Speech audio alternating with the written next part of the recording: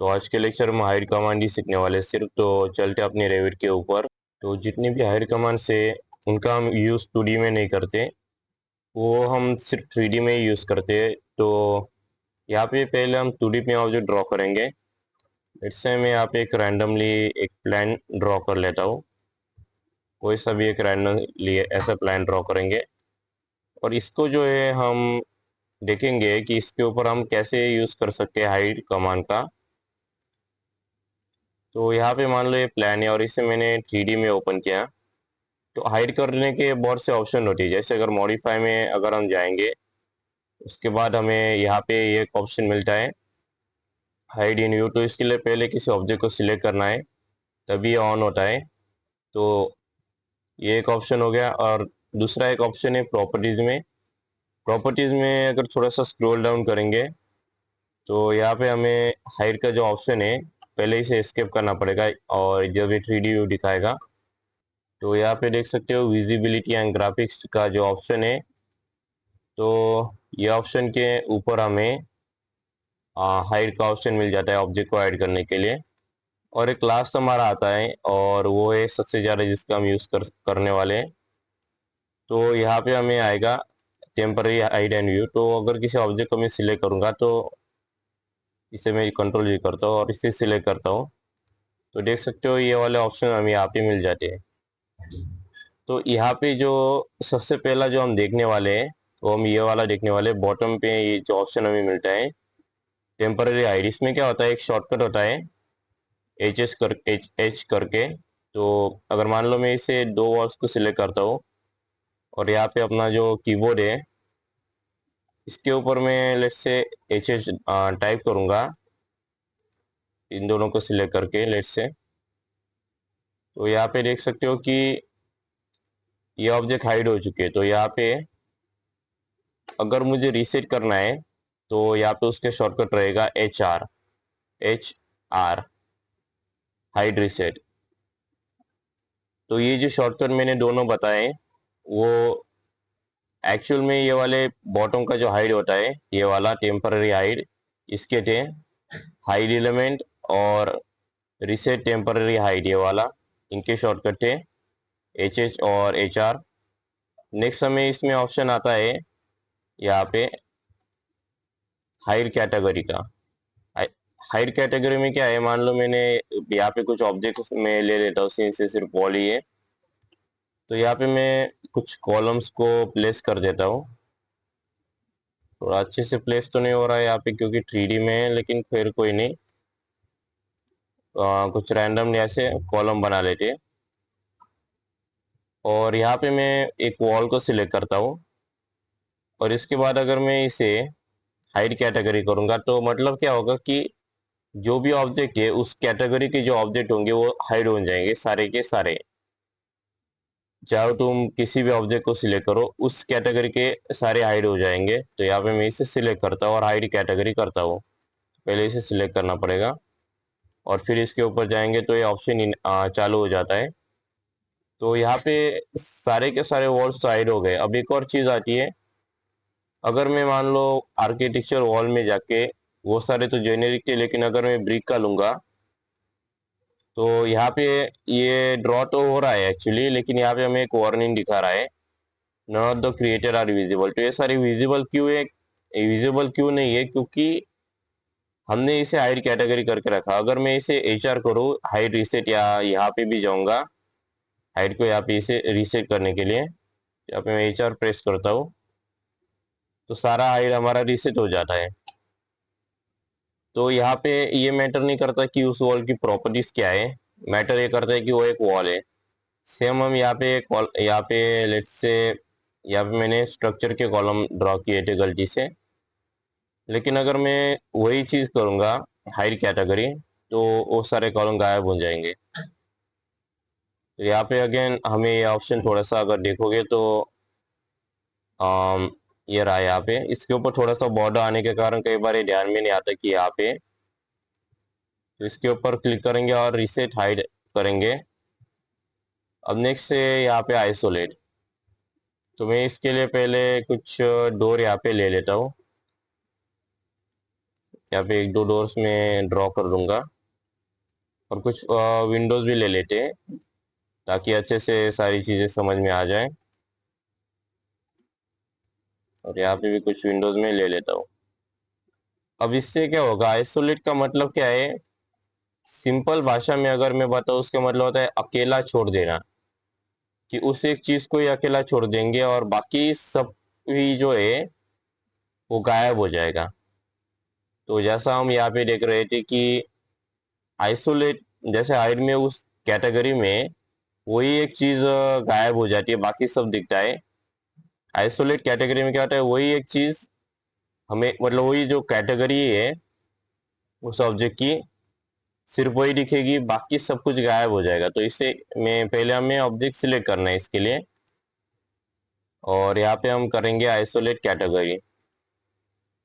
तो यहाँ पे सारे डोर्स और विंडो गायब हो चुके हैं, कॉलम भी गायब हो चुके हैं। और यहाँ पे अगर मैं कोई लेट्स से कॉलम ड्रॉ करने का ट्राई करूंगा आर्किटेक्चर, तो यहाँ पे प्लेस हो रहा है लेकिन अगेन सेम एरर शो कर रहा है कि ये जो एरर का सिंपल मीनिंग बता देता हूँ, चाहो तो पढ़ सकते हो। इसका मीनिंग ये आता है कि हमने जो हाइड कैटेगरी किया है उसके कारण ये ड्रॉ तो होएगा लेकिन हमें दिखेगा नहीं। तो इस एरर को इग्नोर कर सकते हैं। आइसोलेट रीसेट के लिए भी सेम शॉर्टकट होता है HR, तो इसे मैं HR करता हूँ और यहाँ पे देख सकते हो सब कुछ वापस आ चुका है। अब यहाँ पे ये तो कैटेगरी की बात हो गई, लेकिन अगर मान लो मैं दो कॉलम को सिलेक्ट करता हूँ, सिर्फ मैं चाहता हूँ कि इस पूरे प्लान में से सिर्फ दो ही कॉलम दिखे, तो उसके लिए हमें ऑप्शन मिल जाता है आइसोलेट एलिमेंट का। तो मैं इसके ऊपर जैसे ही क्लिक करूंगा देख सकते हो सिर्फ वही दो कॉलम अब मुझे दिखेंगे, बाकी सब कुछ गायब हो चुका है। तो अगर मैं इसे यहाँ पे वॉल ड्रॉ करना चाहूँ तो कर सकता हूँ। उसका रीजन क्या है, क्योंकि जब उस एलिमेंट का आइसोलेट किया तो उसके बाद जो है बाकी सब गायब हो गया, लेकिन होता है कि नया जो आएगा उसके ऊपर हमें फिर से यहाँ पे रिसेट करना पड़ेगा। उन दोनों को सिलेक्ट करके हमें फिर से आइसोलेट एलिमेंट करना पड़ेगा, तभी वो गायब होगा। तो एक माइनर डिफरेंस हो जाता है इसमें। और यहाँ पे मैं अगर मैं रिसेट करना चाहूँ तो अगेन HR शॉर्टकट होता है और यहाँ से हम इसे रिसेट कर सकते हैं। तो देख सकते हो सब कुछ वापस आ चुका है। तो ये सारे हो गए। यहाँ पे जो हाइड यहाँ पे हमें मिल जाए, जिसको हम यहाँ पे टेम्पररी हाइड कहते हैं, टेम्पररी हाइड और आइसोलेट। नेक्स्ट हम यहाँ पे देखने वाले हैं मॉडिफाई में जाने के बाद जो है ये वाला ऑप्शन यहाँ पे इनेबल नहीं है, हाइड इन व्यू का। हाइड इन व्यू में भी लगभग सेम चीजें होती है, लेकिन क्या है, मान लो कि मैंने ये वाला ऑब्जेक्ट सिलेक्ट किया, फिर मैंने ये वाला ऑब्जेक्ट सिलेक्ट किया, फिर ये वाली वॉल ली और यहाँ के कुछ कॉलम्स लिए और यहाँ पे HH एंटर किया, H, तो ये सारा हाइड हो गया। लेकिन जब मैं यहाँ पे इसे रिसेट करूंगा तो सब कुछ एक साथ ही आ जाता है। तो यहाँ पे अगर हम चाहते हैं कि एक एक करके ही चीजें आए, क्योंकि क्या होता है, मान लो मुझे कुछ सर्टन चीजें हाइड करनी थी, मैंने ये वाला किया, ये वाली करनी थी और ये वाली वॉल और ये करनी थी, तो मैंने गलती से ये वाला कॉलम भी सिलेक्ट कर लिया और फिर जाके मैंने इसे किया यहाँ पे HH हाइड, H एंटर करके। अब मुझे आ रहा है कि मुझे ये वाली सामने की वॉल हाइड नहीं करनी थी, तो मुझे क्या करना पड़ेगा, HR एंटर हाइड रिसेट, फिर से सब कुछ सिलेक्ट करो और फिर HH एंटर करो। तो इसमें हमारा टाइम वेस्ट होता है, इसलिए हमें यहाँ पे ऑप्शन मिल जाता है हाइड इन व्यू का। और एक और चीज मैं बताना चाहूंगा, यहाँ पे सब कुछ तो हाइड है, लेकिन वही चीज अगर हम अपने यहाँ पे देखेंगे 2D प्लान में तो वो कुछ भी हाइड नहीं दिखेगा। उसका रीजन क्या है कि कोई भी चीज हम हाइड करेंगे, सिर्फ हमें वो जो चीज हाइड की है, जैसे कि अगर मैं कंट्रोल A कर दूं, या सॉरी कंट्रोल A नहीं, सब कुछ सिलेक्ट करना पड़ेगा और इसे HH करो हाइड, तो लगभग ये दोनों चीजें बची। अगेन हाइड करेंगे तो यहाँ पे तो सब कुछ अनहाइड ही दिख रहा है मुझे अपने लेवल 1 में। अगर मैं इसे लेवल 2 में भी ओपन करूंगा तो भी नहीं दिखेगा, मतलब तो भी गायब नहीं होगा। और एलिवेशन में भी अगर मैं जाके देखूं तो सब कुछ यहाँ पे दिख रहा है। इन सभी चीजों का रीजन क्या है कि जो भी हम हाइड करते हैं, तो एक बॉक्स यहाँ पे दिख रहा होगा, तो देख सकते हो यहाँ पे हमें बॉक्स दिख रहा है, टेम्पररी हाइड और आइसोलेट, उस कमांड का नाम हमें दिख रहा है। इसका एक फायदा भी मैं बताता हूँ कि फायदा क्या है।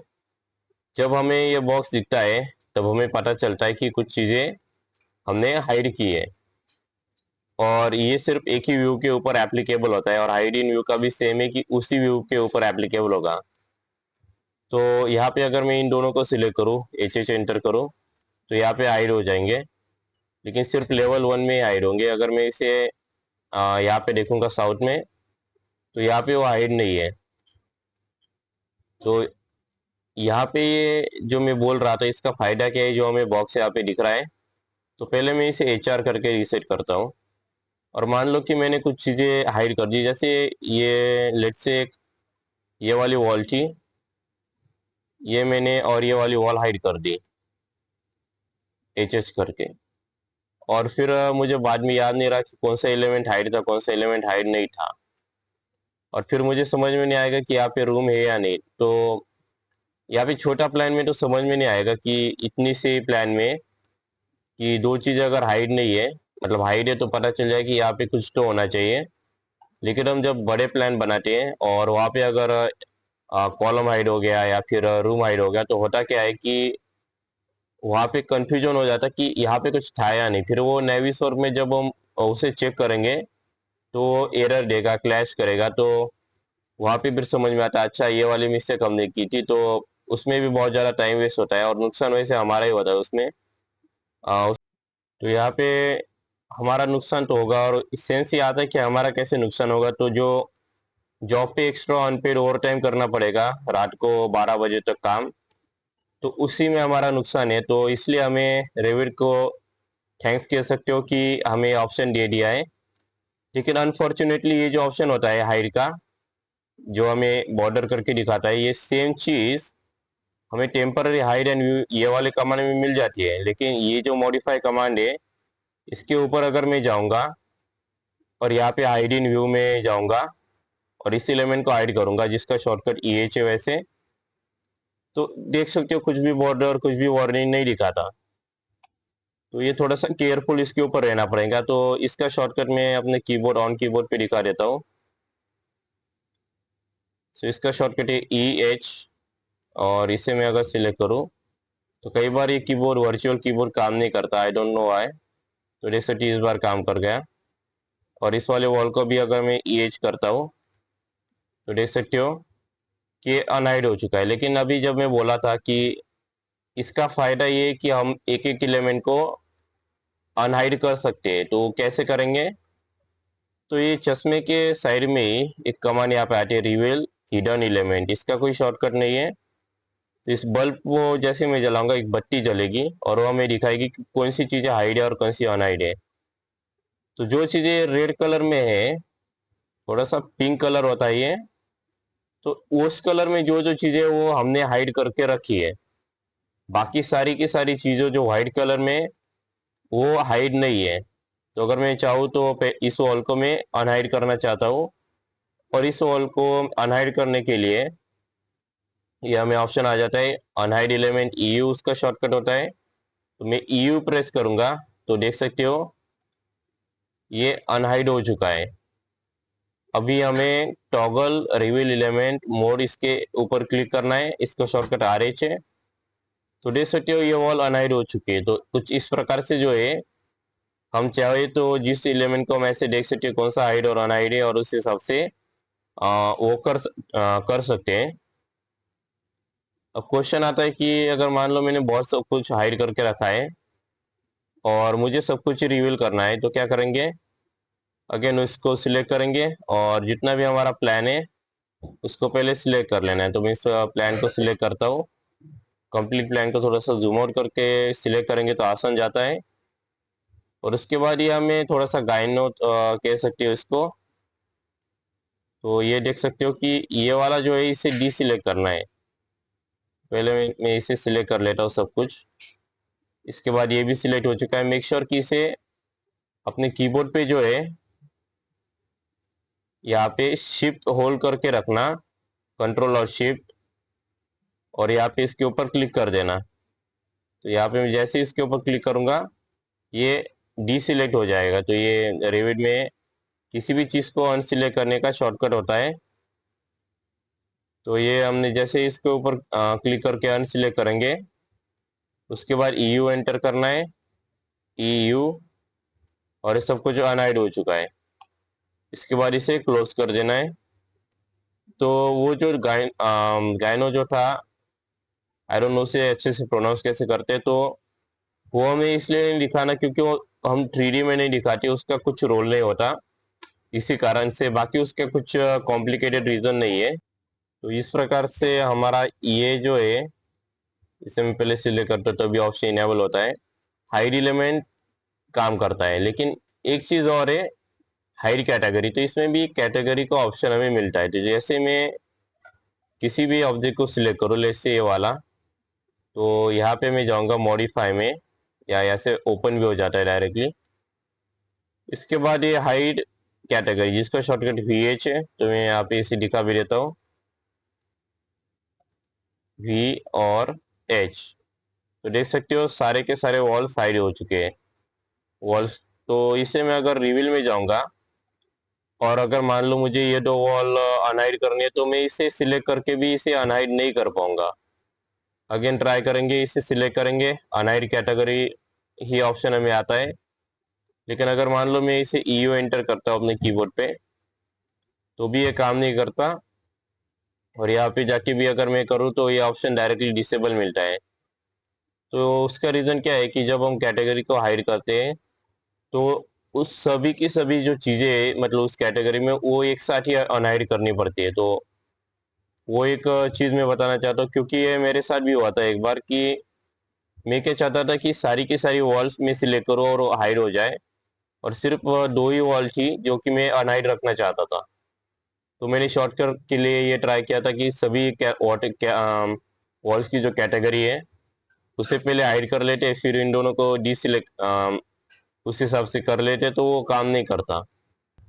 तो यहाँ पे हमारा ये ऑप्शन जो है, से मॉडिफाई में जाके सबसे पहले मैं सिलेक्ट कर लेता हूँ। यहाँ पे एक और ऑप्शन हमें आता है, हाइड बाय फिल्टर। तो हमने हाइड कैटेगरी तो देख लिया कि कैसे काम करता है, लेकिन हाइड बाय फिल्टर का क्या रोल होता है। तो इससे हम फिल्टर अप्लाई करके किसी भी चीज को हाइड कर सकते हैं। इसमें बहुत से ऑप्शन हमें मिल जाते हैं।